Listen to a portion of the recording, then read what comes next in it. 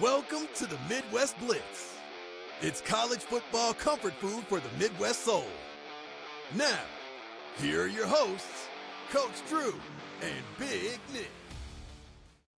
Welcome to another edition of the Midwest Blitz. Yeah, yup. My Indiana Hoosiers, the 1 seed, took down the Oregon Ducks, the number 5 seed. And usually Ducks love Pons, Coach Drew, but they didn't love D'Angelo. Pons picked 6 to open the game. Look, I got to tell you that the coordinators for Oregon taking other head coaching jobs, I think that there was an impact here, especially offensively. There's no way you start the game as an offensive coordinator at the highest level of college football right now. And you've been watching Indiana and you don't understand that you, should probably never test D'Angelo Pons, but especially on a throw to the flat. On a throw to the flat, Coach Drew, as you're aware, that's what gets housed. That is pick 6 money. I mean, you were asking to get your pocket picked and get your heart ripped out. And that's what happened to the Ducks in the first play of the game. And, Dante Moore, who we like a lot, we've supported all year here on the Midwest Blitz, he went over the bench and hung his head like, oh my God, what did I just do? If Will Stein was doing his job properly, there's no way that you throw that ball to the flat first play of the game. None whatsoever. Pons waits all year. He's like I mean this in a good way, Coach. He's like that snake in the grass. If you don't step on him, he might not bite you. But if you step too close, clap, you're getting it. And Pons got him first play of the game, set the tone. I mean, was this the game plan that Oregon wanted to execute there? I don't think so. And I'll let you jump in here in a second, Coach Drew. I do think that running back injuries for the Ducks did play a role in this game. The fumble that Dante Moore had that hit off the running back on the play action / RPO play, whatever the case may be, that was a freshman who had not been playing in that particular role, Dyer Hill, who has been productive this year for the Ducks, but he wasn't used to the spacing and the mesh point that you have to have on that play. It's just bad news for the Ducks. We are going to talk Hoosiers a lot today on the Midwest Blitz, but I did want to point out, although I don't think it would have mattered, I mean, the Hoosiers win 56-22. I'm not saying the Ducks were going to win the game, but they definitely had some handicaps that worked heavily against them. And, of course, Curt Cignetti's opportunistic, well-coached squad jumped all over him. Coach Drew, what do you have to say to that? I mean, to start the game, no better way than electrifying pick 6 by Pons. God. I mean, I couldn't write a better script for the Indiana Hoosiers. I mean, it was 11 seconds in. They didn't even have to touch offense. They just scored on defense. I mean, all assets of the Hoosiers went right at it. They had a block punt later. One of the things I do want to point out is I love that Dan Lanning, going into halftime, had the respect of Indiana, not to say the reason why they're up by so many is because they're starting in short yardage, which is our fault. Yeah, that's a low blow for Alabama, and I'm so glad that Oregon. I have more respect for Oregon losing than I did Indiana being Alabama. Is this a new norm, Nick? Is this just how Indiana plays football now? Just blows out every big program? Well, I think that the Hoosiers have discovered a secret sauce formula for success that we're going to talk about more after. I think they're going to win the national championship game. Even if they don't, we're going to talk about in the season recap why Indiana is able to do what they do and why people are so confused by it, because it's like, if you were in grade school and you learned, arithmetic, and then you learn your times tables, and then eventually you get to algebra, and then you get to like more advanced mathematics. People are used to arithmetic and they're used to their multiplication tables, but they're not used to what Indiana is doing right now because it's different. But you should be able to understand it if you start from a base level and just see that Cignetti is building his house differently. He's not building it out of sticks. He's building it out of bricks. The 3 little pigs, like you had the house of straw and then the house of sticks and then whatever. And then the wolf finally couldn't blow the last house down. Well, in the modern NIL era with revenue sharing and all these things, Cignetti has the formula. And I think the fact that Cignetti, when he started as a head coach, he grew up the son of a coach. He didn't get to this point at Indiana. And I thought about this earlier, Drew. I'm glad you brought it up. Curt Cignetti 2 years ago was new to us as football fans. He was not a household name. Cignetti was not new to the game of football. He grew up the son of a coach. He was a high school quarterback. He was a college quarterback. He was a grad assistant. Then he was a recruiting coordinator, all these things. But the guy has been a student of the game, Coach Drew. He's like this Shaolin monk, and he's been in a temple in the Himalayan mountains practicing karate kicks for 50 or 60 years. And you didn't know who he was, but he just showed up and knocked your ass out. And I think for casual and even advanced, like heavy fans like you and me, when the new guy shows up, you don't expect them to be able to do what he's done, but he's been preparing for this his whole life. And so he is 1 or 2 steps ahead of the game in a lot of respects. We're not going to get into that heavily in this episode, but we are in the next couple episodes because Cignetti is building his team and has an entirely different philosophy than what a lot of these other recruiters and a lot of head coaches in Indiana's athletic department's the same way. They have a lot of ideas that they put into play here that other schools have not put into play. There's a few. Vanderbilt's kind of touched on it a little, and there's other schools that are trying to replicate. But it is, Coach Drew, it's just a little different. So is this the norm? Indiana's going to have a whole new roster next year. At least half of their starters are going to be gone to the NFL and graduated and whatnot. So, I mean, I don't want to say it's the new norm, but Indiana's not going anywhere. I will say that, and neither are the Oregon Ducks.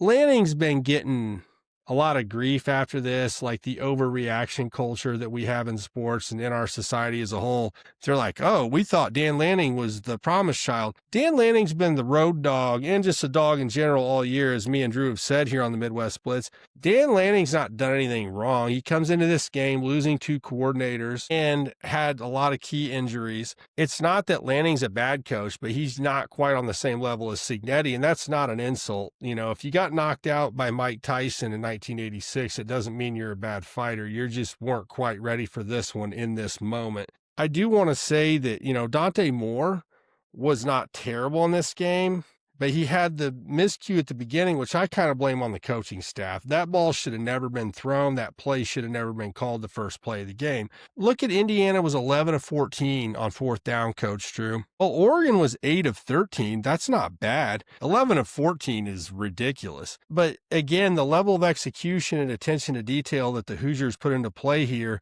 it was a master class of coaching and execution by Curt Cignetti and defensive coordinator Bryant Haynes. The Hoosiers defense is so prepared. Like D'Angelo Pons had a spider sense. We'll get to this later, but Pons talked about how he saw the play coming. First play of the game, because he's like Darrelle Revis was back in the day. You didn't want to go to Revis Island, did you, Coach Drew? Because he knew what was coming. Not. And that's D'Angelo Pons right now. But the players are so prepared and they execute so well. They operate like a professional organization. As we said earlier in the year, Coach Drew, there was somebody who was an NFL, someone who had covered the NFL who rode the team plane with Indiana. I think it was on the way to the Oregon game. And he said the demeanor and the conversations he heard on the flight were better than what he had seen out of a lot of NFL teams. And these guys are 18, 22, 23 years old. They do have some old guys on the team, Coach Drew, and we love that about them, Pat Coogan and Louis Moore, et cetera. But that these guys show up like it's a business trip. Everybody uses that as a cliche. Mendoza had 3 incompletions and 5 touchdowns. That's 2 playoff games now where he's had more touchdowns than incompletions. The law firm of Black and Himby, 29 carries for $116. The Waffle House, Elijah Surratt, maybe my favorite Hoosier, although it's hard to say that I have a favorite. It's hard to pick your favorite child, Coach Drew. These aren't my children. In spirit, I've been rooting for these guys for 2 years. It's a lot of fun to see what they've done. 29 for $116. Waffle House, 7 for 75, 2 touchdowns. D'Angelo Pons has become an elite weapon at cornerback and honestly on special teams. Earlier in the year when he blocked the punt returner for a touchdown against Illinois, that was another tone setter on the first series of the game. D'Angelo Pons is a player that NFL scouts are no longer going to be able to ignore, because when you treat him like just another player on the field, he busts your ass. Special teams, playing cornerback, I mean, he's just an absolute baller, and his physicality is unquestioned now too. They might question his size, but they can't question his physicality and his football IQ, which is about 150. It is. And I will say this too as well. They are having great conversations. I think one of the things about culture and about just tone setting is Indiana knows what they've focused enough and they didn't waste time. They're very structured. They have shortened practices compared to traditional practices. They know where you're supposed to be on this play and that play. But here's the thing is where they win the chess match is when they look at film. They're looking Yes. at film so much that people now are relying on them and thinking, people with blue check marks believe, yes, I'm about to say it. Everybody hold your breath. Indiana Hoosiers are cheating. No. Yeah, they're not cheating. It's called coaching. It's called watching film, taking instructions, and going out there and doing what you're supposed to do as a teammate, as a team player, as a coachable player. It's not fucking cheating when you're more prepared than your opponent. If you ever showed up to work with a colleague for a meeting, and I've been on both ends of this, Coach Drew, in different lines of work, and you show up and you're way more prepared, the other guy looks at you like you're an asshole. Guess what? I'm not the asshole for being ready to go.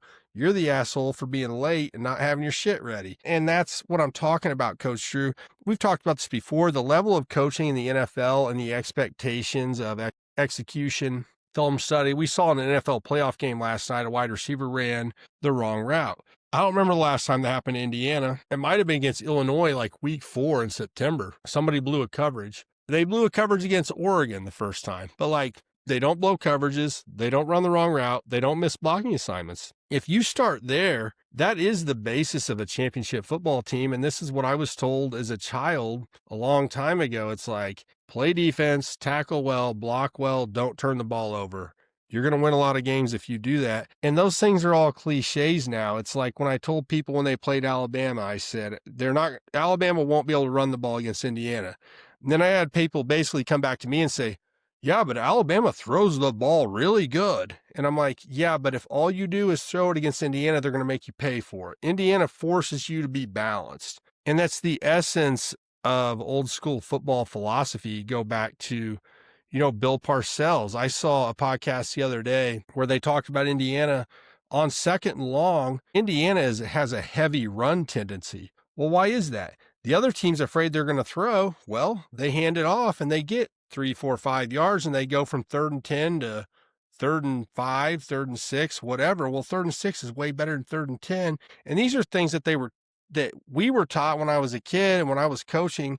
Dude, take the yards that they give you. Nobody's good in 3rd and 10. I don't care how great Tom Brady or Peyton Manning or Cam Newton or whoever has been at certain times. Everybody's worse on 3rd and 10 than they are on 2nd and 5. That's just basic football math. Well, the old saying goes, if you run on first down and you get 4 to 5 yards and you consistently get 4 to 5 yards, you're always going to have a first down. I would also like to say the thing about like when you're a young kid, because we're going to take this back a little bit. When you're like a young kid, you grow up, you turn on the TV. I'll use the NFL just as a reference because college, there's a lot. Sure. College has 135 teams, but let's lock in like the 32 teams just so I can make this reference. I grew up as a Bears fan. So I'd go on, I'd watch TV. I'm like, look, the Bears offense, they know what they're doing. Oh, look, they practice all week for this and preparation. And then like you watch them document and they're like, the coaches were just hanging out and the players were just kind of frolicking through practice. But you're like, when you're watching the game as a young child, you're like, yeah, we're going to win. We're going to run up the score. I mean, even from last year's team to this year's team, again, just using a reference point here, Caleb Williams didn't even watch film or somebody wasn't there watching film with him. Right. As a quarterback in his first year in the NFL. How much money are these coaches getting paid? And you're not watching film with your rookie quarterback, second year quarterback, whatever it was. Exactly. Well, yeah, his second year is this year. Last year's his rookie season. So there's a lot on the line. Most sacked quarterback, right? All this stuff. Now, let's correlate that back to Indiana. Indiana has this culture and these places. So when we talk about the norm, yes, you should be ready for Indiana to be around for a while because even though they're getting new people, these people that they're interviewing and bringing in and signing these new NIL deals and everything, they're like, okay, if you want to be part of the team and do things with us, you better be doing right at XYZ. This isn't like you get to come in and negotiate and go, well, I'm gonna call my own plays. Wrong. You're gonna play in a system, right? Sometimes you play too well in a system, and now you're a systematic quarterback, even though backdoor fades. I mean, the Mendoza scouting reports are atrocious. I mean, yes, the Raiders probably will ruin him, but up to that point, it wasn't his fault, I promise. Yeah, well, anybody can throw these RPOs. It's just a back shoulder throw. What do you mean just a back shoulder throw? I heard I don't know if it was the Alabama game or Big Ten championship game, but I heard somebody saying, well, yeah, that's not a in-play read. That's a pre-called play. No, it's not. When Surratt gets north and south and he sees the defender flip his hips, him and Mendoza see single coverage and they see the defender's hips flip and they practiced it a million times. And Surratt's got an instinct for it, and Mendoza's a really smart kid. Look at his LinkedIn page. Coach Drew and I did. Pretty interesting. Dude, Mendoza knows. He said the other day, I'm just a point guard. I'm just out here to distribute the ball to playmakers. He knows when Surratt and him see that same thing, that's blood in the water, so he delivers the ball on time. That's not a pre-called play. We'll do an X's and O's thing in the offseason on the back shoulder throw. It's a zero route, Coach Drew. It's a zero route. If they line up off, it's a curl or a slant. If he lines up inside, you go vertical. If he gets vertical, flips his hips, then it's a back shoulder throw. If he doesn't, you hezzy, and then you go to the house like you did against Alabama. He doesn't even have to be faster than you. He just has to be smarter than you, A, and B, on the same page with his quarterback. Yeah, that's an in-route eat all day. Well, I love it. I believe it was Becker. He got one of his touchdowns where he just turned, and he was talking about how he turned and the ball was right there. He just had to catch it.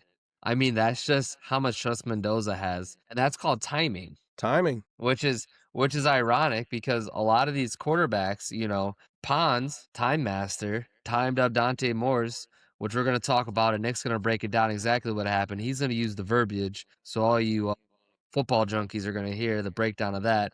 But I mean, just understanding timing and where you need to be at the right time is exactly the staple of Indiana football right now. I mean, Cignetti, you look at Cignetti, it's 4th and 1, and they line up like they're going to punt, and then they come under center to try to get you offsides. And the defense is almost like a well-trained dog that's like, are you serious? But if you do engage, they will engage, but they're like, say hike, and we're going.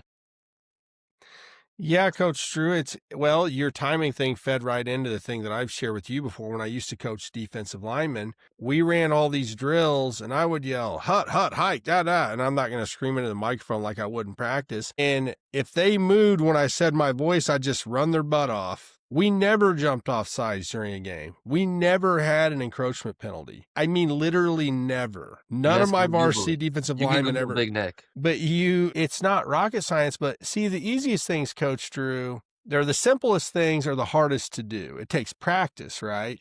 We always talk about well, if you want to do a lot of push-ups, what do you need to do? You need to practice doing push-ups. Well, push-ups aren't fun. They're not easy, but you just have to start doing them. That's the same thing with these timing things. Like you said, Mendoza's putting the ball right on the top of Becker's helmet, basically. He doesn't see it till it gets there, but when they do it in practice, they do it with the same timing and rhythm over and over and over. So then when the adrenaline's going and it's game time, and Charlie B from Tennessee's ready for some game time, Coach Drew, I'll tell you that. But you're used to doing it a certain way. You're used to doing it under pressure, on time, et cetera, et cetera. I just think that, as you said, another cliche, well, it's about process. Well, everybody says it's about process. Everybody says it's about discipline. Everybody says it's about teamwork, but Cignetti's team personifies that, and nobody better than D'Angelo Pons. I was with my boys watching the game, and he picked 6 in the first play.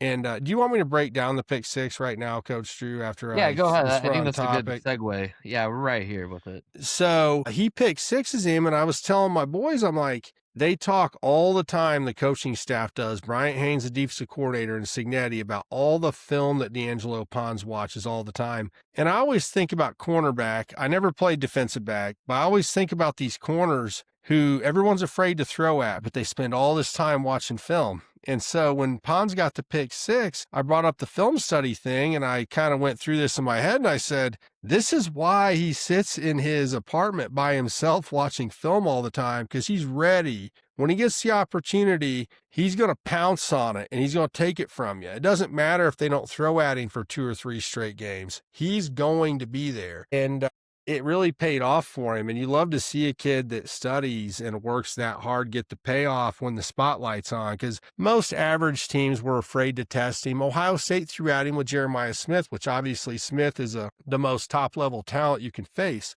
And he caught some passes, but Pons was there with him every time. Pons was there to tackle him. Pons knew what route he was going to run. Pons was there. Pons could move his feet, stay in front of him, play the angles that he had to play. And that's because of all the hard work he's put in, not just physically, but with his mind and studying the game. And to me, those are the most fun players to watch. We all love to see, Travion Henderson, the NFL, has busted some long runs, has some kick returns, and I'm not like saying that Travion Henderson doesn't study film, but we all like to see the guy that's got bursts and runs by you.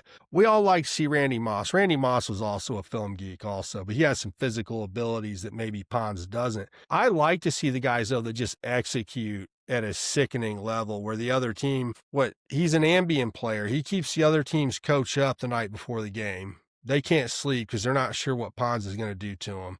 And to see Pons get this chance in the spotlight in the Big Ten championship game in the college football playoff has been fun for me because I've been telling people all year in here on the Midwest Blitz how good this kid is. But when they don't throw at you, it's kind of hard to prove it. You know what I mean, Coach Drew? Yep. Just like the kid that you coach who showed out in the summer baseball stuff. And now he's going to get drafted and he's got a high D1 commitment.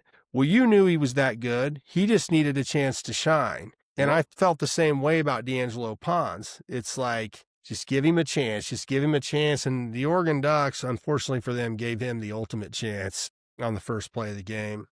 I'm just curious if we can go back to early 2025, around February, and just find out what was said to Pat Coogan and why he slipped away from South Bend and went 2 to 3 hours. Now, I get it. His girl might go to Indiana and all this stuff, and there's some headlines you might read there. But it's one of those things where it's like, you couldn't figure out how to get them all in the same place. Or even, Pat Coogan, I mean, he's, dog, first off, but he's making a way that, there's this guy that's also Bears reference here. There's this guy in the Bears, Joe Thuney, and he's been on 5 or 6 different Super Bowl teams, 3 different Super Bowl team winners. I mean, Pat Coogan's one of those guys where now he's going back-to-back national championships. I mean, it does start in the trenches. And when you got guys like that, and then you got Pons, and then you got some other misfits, Mendoza, which we're going to learn about later, is from Miami? Interesting. Yes, sir.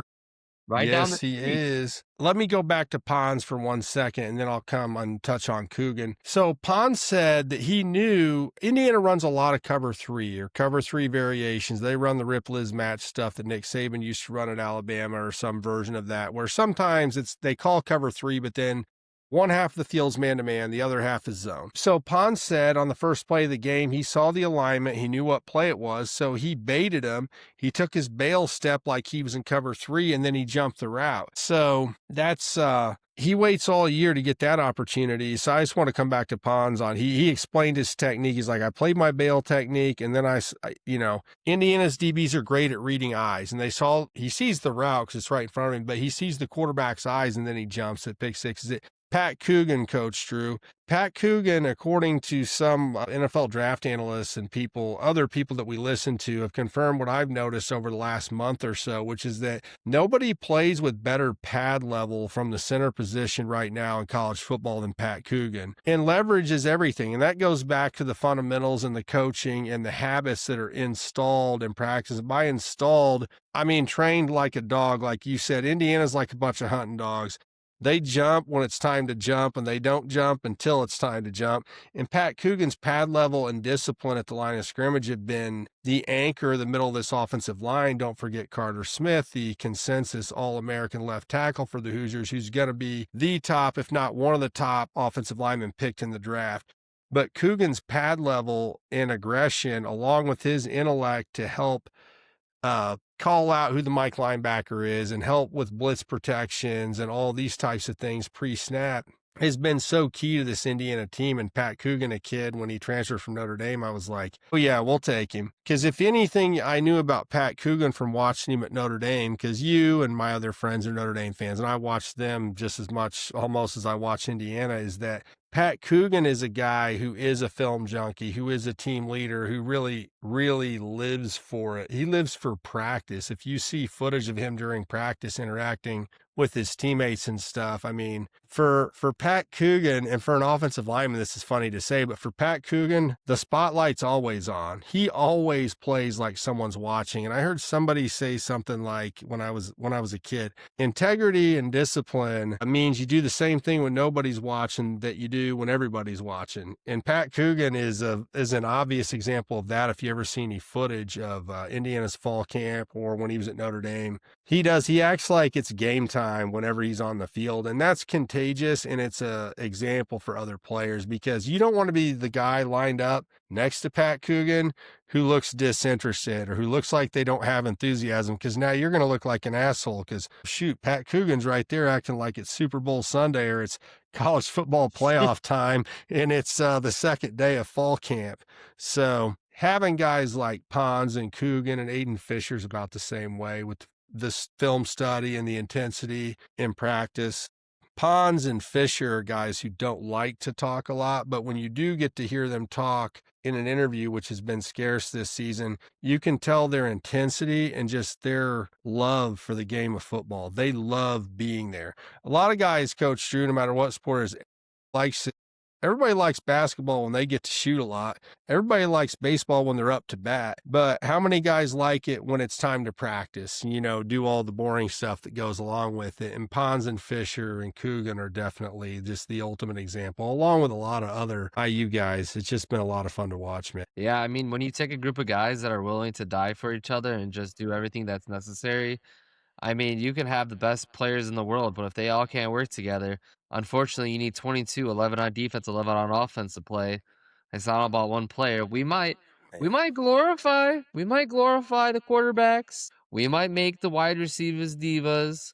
We might forget that there's fat men blocking in the front. But at the end of the day, if all those things don't work, then you're going to be in some trouble. Well, it's funny that you said that. Before we move on to the next game, is that Mendoza said in one of his recent press conferences, I can't remember if it was the post-game one for this or not, but he said, he goes, I get a lot of credit and I got a big award, but I know that if I don't just distribute the ball like a point guard and let these other guys make plays, then I'm going to look bad, essentially is what he was saying. So he's acknowledging I get a lot of credit, but the reason I get the credit is because I let my teammates do what they're good at and I help them do that, which is a brilliant mindset, right? Yeah. How many pitchers do we see, especially like in summer baseball, and you're like, just throw strikes, stay low in the zone. But they don't want to just stay low in the zone. They want to get cute and they want to throw all this junk. And then when it gets pounded, they're upset. It's like,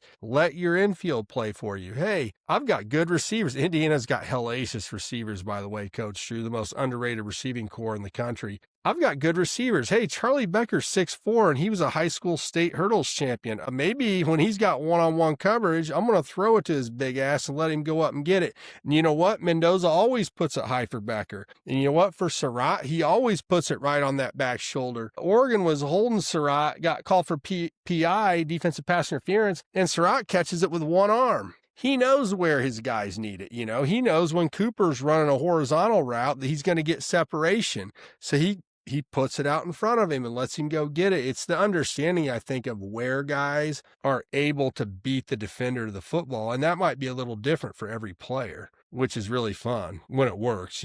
Absolutely.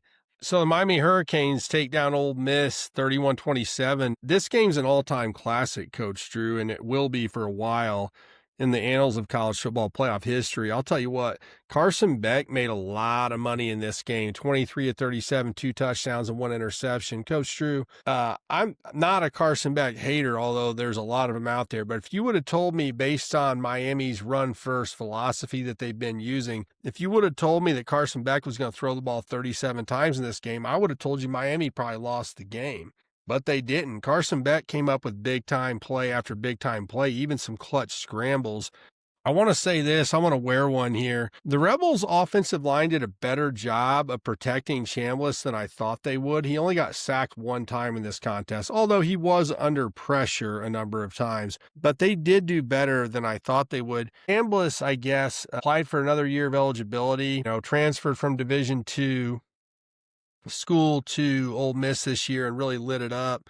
Got denied, so I guess he's going to be looking for an NFL job next year. I definitely think he's good enough to be a player. I will say this about the Rebs, too, similar to what happened to Oregon. Kewan Lacey had a 72, 73-yard touchdown run in the first half where he tweaked his hamstring, I believe, and was not as effective after the injury, and they're not super deep at running back. They tried to put other guys in and run the same concepts that they were going to run with Lacey, but Kewan Lacey is one of one, especially when it comes with this Rebels offense. How many lead changes were in this game? 3 or 4, I think. This game was great. Mark Fletcher is probably my favorite Miami Hurricane right now. That, along with his family, his mom driving to the games, as we've talked about here on the Midwest Blitz. His mom drove to Cal Berkeley last year from Miami. She's driven to every game. I don't think she's ever missed one of his ball games in his whole life. He had 22 carries for $133. He is the heart and soul of this Hurricane offense. No offense to Mr. Beck at quarterback, but Fletcher is an absolute badass. I love watching this guy. I'm so happy for him and his family. I really enjoy watching him succeed and seeing his mom and his other family that are there with him. Miami's defense, this game didn't have the same flow that I thought it would, but Miami's defense really pulled through down the stretch, especially when at one point in the fourth quarter, I believe both of their starting cornerbacks were out with injuries. So you're playing one of the highest, maybe the best high-flying offense in the country, right up there with the USC Trojans during the season.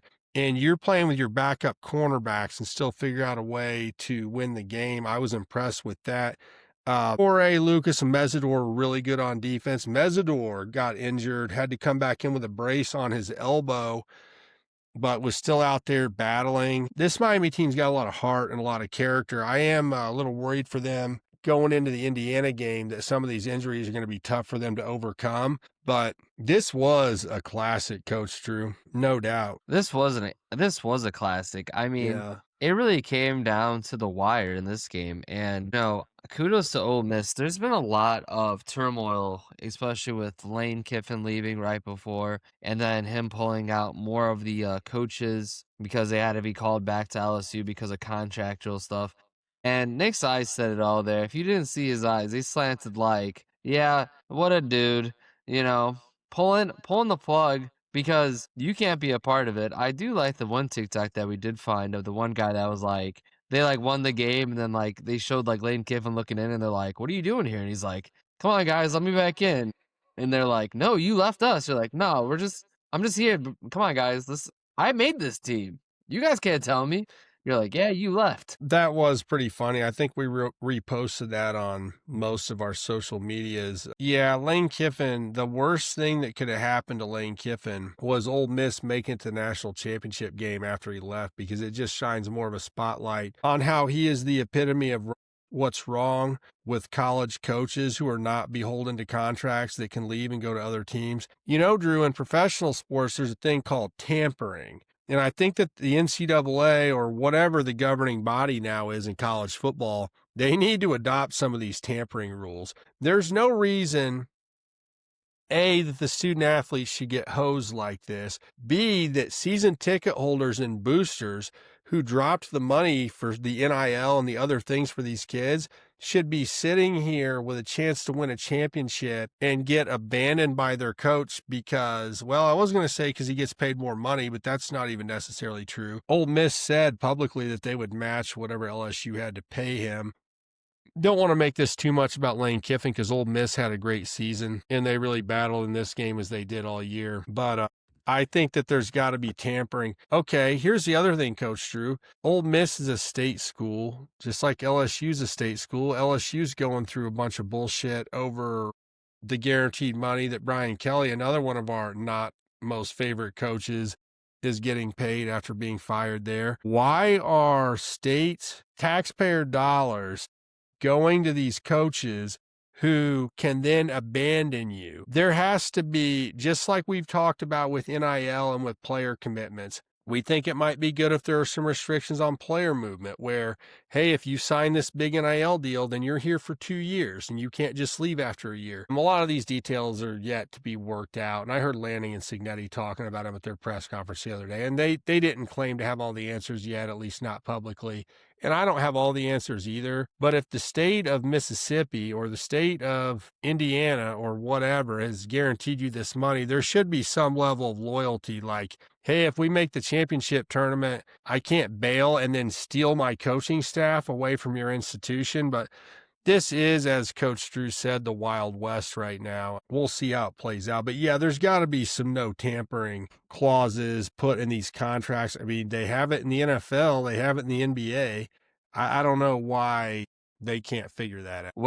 Well, there is. I will say we can't point to one for the NIL. Desmond Williams, who they locked up and signed an NIL contract at Washington. After signing it, somebody said that there was money out there, maybe more money. And so he entered the transfer portal. Himself did. But then, because he signed an NIL deal, which guaranteed him money and X amount of things, it said on there that the school does not have to release him. So now you created all these systems for him to do freedom and do his own things. Now he did sign a contract. This is like anything like you sign a car note or insurance. Right.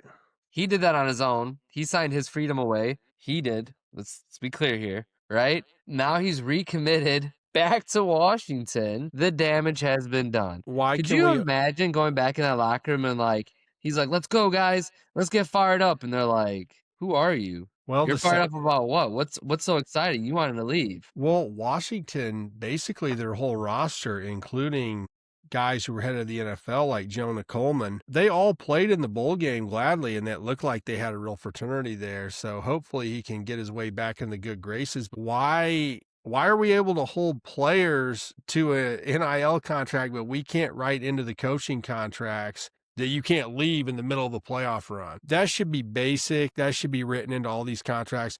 These coaches have had too much leverage for too long. I've been saying this way before we started doing this show, going back 10 or 15 years. The guaranteed money and the freedom that the coaches have to leave has been hurting college athletics for a long time. And the bigger the contracts, Coach Drew, the less loyalty you get out of some of these guys, which is insane. If I'm going to give you $10+ million a year to coach the team, you can't leave right before the college football playoff. Is that hard? Is that hard to understand? Yeah, It should be automatic. Automatic. Yeah. I mean, I'm not saying it should be a same scale. I'm not saying that because not all coaches coach the same.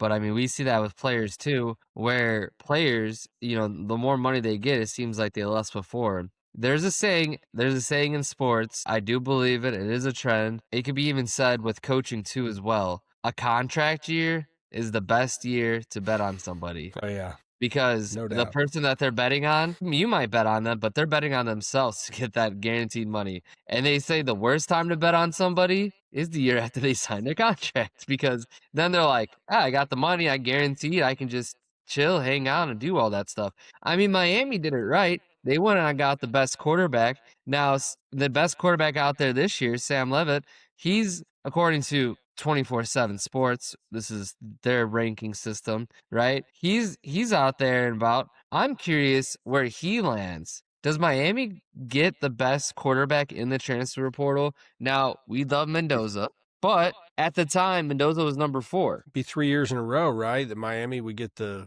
basically the top or the second best quarterback in the portal. Cam right? Ward. Cam Ward missed Right. Cam Ward missed the playoffs last year with Miami. Number 1 draft pick. Carson Beck took them to the national championship. I don't blame Cam Ward. I think I blame Miami's defense maybe a little more, but I get what you're saying. Yeah, I mean, Miami, we talk about Cignetti in the transfer portal a lot, but Miami definitely has something figured out, I would say. I mean, some of the defensive backs that they got in the portal this year have been highly effective. I've been really happy as the seasons went along with their progression. I mean, the Irish lit them up a little bit game 1 in the second half, but for the most part, They were I think they had at least 3 new starters in the defensive backfield, and I think they were all portal guys, and they've been good, man. They've been really good. Absolutely. This game came down to and Ole Miss is not going away. I'm really excited to see Ole Miss play LSU next year. Ole Miss, now that all the coaches are gone, and unfortunately Charlie Weiss Jr. left,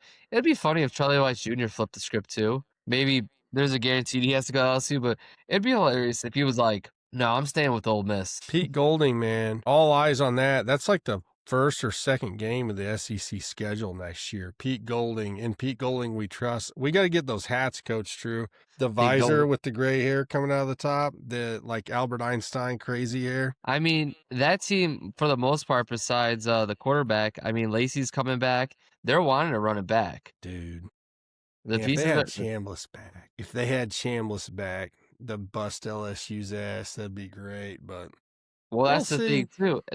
I mean, the good and the bad and the ugly, right? Famous saying. Good, players have freedom and can do the NIL and transfer portal. Bad, coaches can leave whenever. The ugly, unfortunately, kids can't play 8 years of college football and get their doctorate. I mean, that's what we're looking at right here. You're not wrong. You're not wrong, Coach Drew. This feels like the beginning of a Midwest goodbye, Coach Drew. I think it is. I mean, one of our now we're going to the championship series, the championship game, the game. The national championship game. Let's see. All right. Before I get your early thoughts on IU versus the U, I wanted to bring up in the post-game press conference Curt Cignetti was at. Every week they ask Cignetti, hey, what are your thoughts about this, that, and the other? And he always says, well, my focus is on the next team that we play and preparation. And he usually gives you kind of the same scripted dry answer. And I think they asked him a question about Miami, and he said, I'm not thinking about the next team we play. I'm thinking about going to drink a beer right now, which he's kind of breaking character. I heard them ask him a question leading up to the Peach Bowl. And the question implied that he's an unhappy person and that he's a grouch. And I heard some other comments from football fans this week. Look, the guy's there to do a job and be good at it. He has a personality. He's just not there to share it with you at the press conference. And if you have watched the Midwest Blitz long enough, or you watch these fucking press conferences, they don't encourage these guys to go out there and be themselves and speak their mind. It's a mandatory obligation, so he has to go out there and say something. He's not going to give away any strategic information. If he goes out there and speaks his mind and says something that offends somebody, he's just going to get in trouble. That's why these press conferences suck, Coach Drew. They're usually boring as hell because there's no reason for Cignetti to go out there and tell you what he's really thinking, because if somebody doesn't like it, then he's going to get in trouble. So he usually just goes out there like a robot and says the same thing. He's got a script in his head about what he says. I'm preparing for Wisconsin. I'm preparing for so-and-so. So he kind of broke the script because somebody asked him a question about not being happy on the sideline. And he said, hey, you think when we're up 40 points, I'm not happy? I am happy. I just keep it to myself because I ask my players to perform the same way the whole game. So if I don't act the same way the whole game, then what message am I sending to them? I'm providing consistency because I expect consistency out of them, which anybody that doesn't understand that to me is just either not very smart or not much of a sports fan. There's a reason why these guys are like this. I mean, I coached with guys that coached me, some of my high school coaches that I went with. And some of these guys were like hard asses, same type of thing. People were scared of them and all this. You get behind closed doors in the right environment, if they're human beings just like me and you, but they put the game face on, or however you want to say it, because they want people to follow directions and they're trying to present an image and all these things. I mean, if you saw me when I coached, I was a dick sometimes. In fact, probably look like a dick most of the time, but I don't think I'm a dick all the time. I can be, but Drew's a teddy bear a little bit, but when Drew's coaching, he gets pissed off too. I know he does. He gets worked up. You get to see the post game. Not a lot of people get to see the post game. Coach Drew in game with the art of coaching. I know you are. Calling you a teddy bear was a compliment, but there's a saying, especially in baseball, like a kid makes an error, and usually it's a dad coach. Someone goes, Timmy, why'd you not get that ground ball? You should have had it. My Timmy makes a ground ball error, and I just look at him. I go, all right, next play, and I act like it's nothing, or. Depending on what environment he's come from. I mean, I don't think anybody's going to find this in the Midwest goodbye, but it'd be funny. It'd be an Easter egg for somebody to find it. But I took 3 or 4 players from an environment where the coach would just yell at everything and yell all the time. The practices weren't structured. The kids came in I coach travel ball, and they came in and they were asking I said, ask me questions like, if you want to interview me. And they say, well, how do you handle situations? And I point blank told them, I was like, well, I don't yell at you. I encourage you to do the right thing.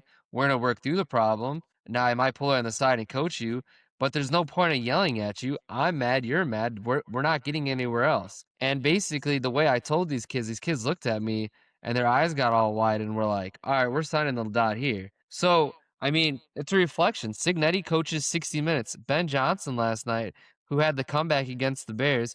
Ben Johnson and Cignetti, it's kind of funny. I watched the difference in both of them. Cignetti's always there mad, and Ben Johnson's the same way. He's always like there, and he's like, but at the end of the day, Indiana, they don't really go into they don't go in there with him. At least I don't see it as much. And Cignetti's like, good, better, best. And he's saying things, but at the same time, Ben Johnson on the field, angry, really frustrated, very normal. I mean, I told Nick, we were talking about this the other day when CJ Garner-Johnson went down against the Packers or whatever, or the Lions, and they had to stop the clock because of an injury, and the dude was like almost knocked out. Right. And he was on the sideline like mad that the clock stopped, but he's like, if I show any emotion that I'm mad that the clock stopped because my player is knocked out and could be paralyzed, what does that say about my team?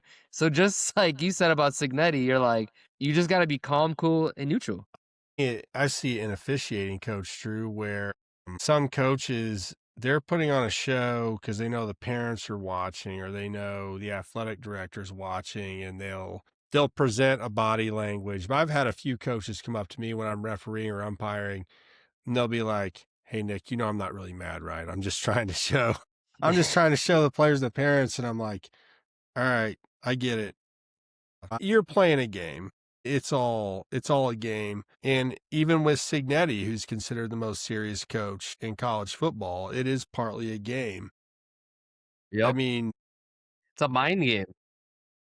Don't hate the game, hate the player. Well, don't hate the game, buddy, because you're a part of it. We're all playing the game on some level. It's just part of what we're doing. I mean, it's the oldest trick in the book. I do it all the time. My players, again, don't really watch the Midwest Blitz because they don't know about it. But one of the things is like, yeah, wink. Everybody knows about the Midwest Blitz. Mr. O's classroom knows about the Midwest Blitz because they're not supposed to have older TikTok. But we're not going to talk about that. I'm sure they're all 18, so they have access TikTok, to adult which we have in content the safety on TikTok. features. Yeah, correct. But one of the things was, I'll go up to an umpire and I can see the umpire's face like, oh my gosh, I haven't heard this guy all day. What is he going to come up to tell me? And I literally go up to him with the firmest thing and I go, yeah, I agree with you on the call. I'm just coming out here to let you know that I'm doing this for my player.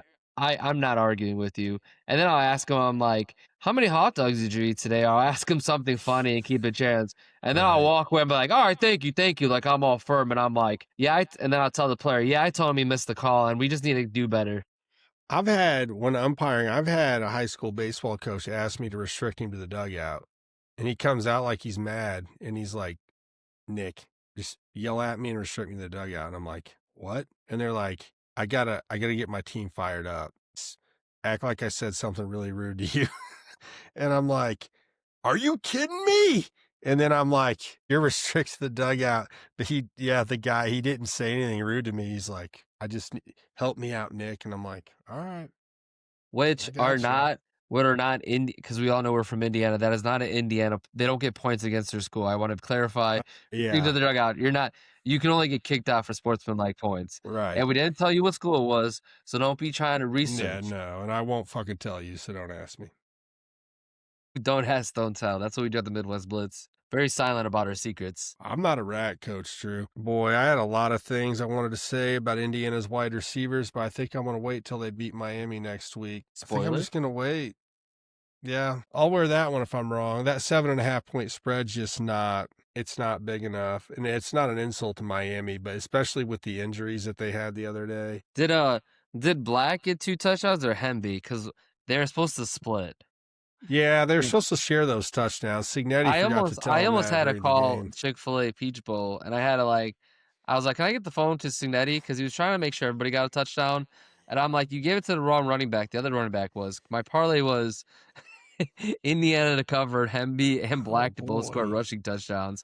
And he goes, whoops, my bad. They were trying to get Martin back there. Oh boy from Fisher. They were trying to get Martin. Kobe Martin. They were trying to get him in, but he just kept getting stuck. He got stuck in the mud. In one of their late season Big Ten games, Cignetti put in one of his JMU guys. I'm not going to say his name because I'm not trying to make fun of him.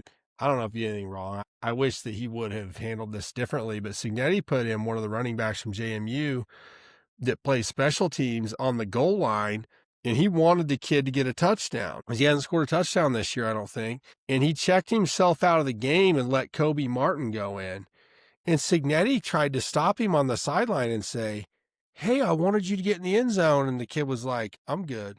I'm good." I don't know if it's because he was mad or he just thought like he just didn't want the charity attention or whatever. He didn't want the petty. Yeah, he didn't want the petty, but I don't know. I would have liked to have seen him get in there. He's been at IE for a couple of years. I thought he deserved to get a tud, but maybe he didn't want it. Well, I'm sure he's enjoyed his flights to LA and to Atlanta. Now he gets to go to Miami and doesn't have to be in the cold Bloomington this week. He's having a good time, I'm sure. The last time Coach Drew saw a team go to Miami from Indiana, and it wasn't the university, it was Bayou Brian And the his Fighting family. Irish and his family, where to this day, Tyler Eifert caught that ball on the out against Alabama, Forgot about that. which changed the game because then Big Boy ran all over us.